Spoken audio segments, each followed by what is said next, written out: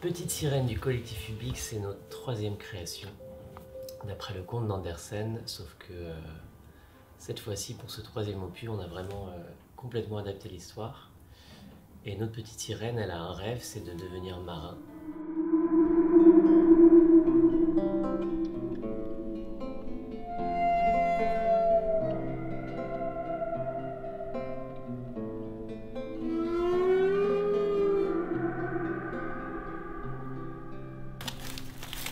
La 53e version.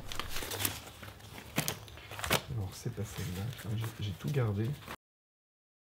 Hansel et Gretel, on était quelque part c'était assez linéaire par rapport au conte. On a adapté bien sûr parce qu'il y a des... On a tout réécrit, les dialogues, etc. Mais on était resté assez proche de la trame originale. La Belle au Bois dormant, on avait un petit peu adapté. Mais là, on est plus proche d'une écriture originale. Et ça a donc donné beaucoup de difficultés aussi dans l'écriture. Toutes nos scènes, on les a écrites dans les trains, dans des chambres d'hôtel de tournée. On les répétait dans les chambres d'hôtel ou les loges des théâtres où on était. On se filmait et une fois qu'elles étaient prêtes, seulement dans ces conditions-là, on pouvait les essayer à la scène. Je sais pas du tout où on va.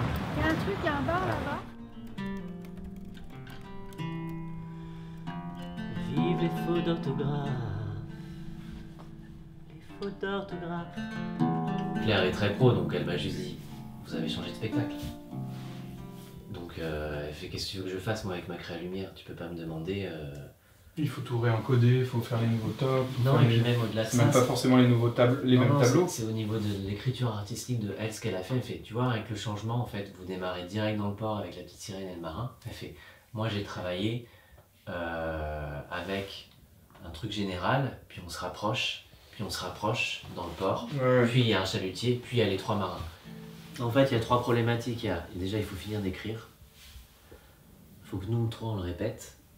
Puis il faut voir avec la technique. Et en plus, il faut voir combien de temps on a.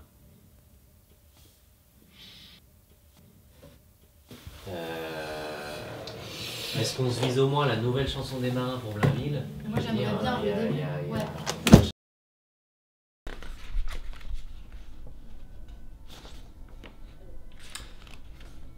Ah oui, sa petite mamie, l'amour de sa vie.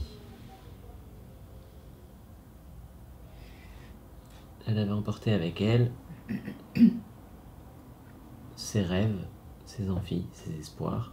Tu vois. Ah, ça serait mieux ça, oui. Faut juste qu'on retombe sur nos pattes sur mais sous l'eau les larmes ne coulent pas. Après, tu fais les trois. Ouais. C'est cool ça.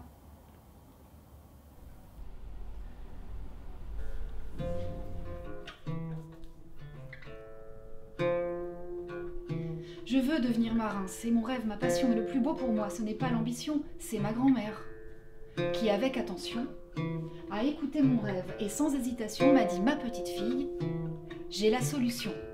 Je vais t'aider, on va faire une potion.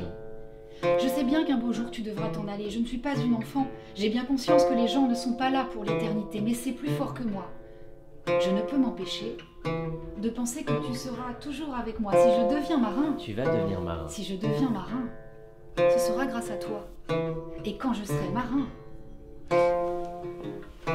tu viendras avec moi.